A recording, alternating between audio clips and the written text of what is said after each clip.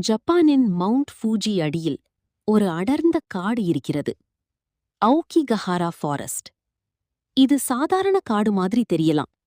ஆனா இதுக்குள்ள போனவங்க சொல்றது இது ஒரு அமைதியான இடம் இல்ல.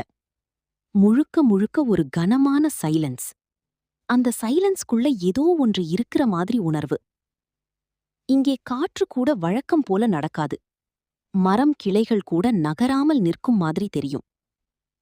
இந்த காடுக்குள்ள போகும் பாதைகள் எல்லாம் ஒவ்வொன்றும் ஒரே மாதிரிதான் தெரியும்.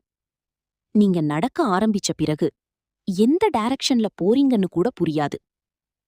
சிலர் சொல்றது என்னன்னா, இந்த காடு உங்கள வெளியே விடாமல் மெதுவா குழப்பி விடும். காம்பஸ் கூட சில இடங்களில் சரியா வேலை செய்யாது. அதனாலதான் இது உலகிலேயே மிக மர்மமான இடங்களில் ஒன்றாக பார்க்கப்படுகிறது. ஆனா உண்மையா இது ஒரு சாதாரண காடுதானா, இல்ல இயற்கை மறைத்த ஒரு ரகசியமா? இதுவரை யாருக்கும் முழு பதில் கிடைக்கல.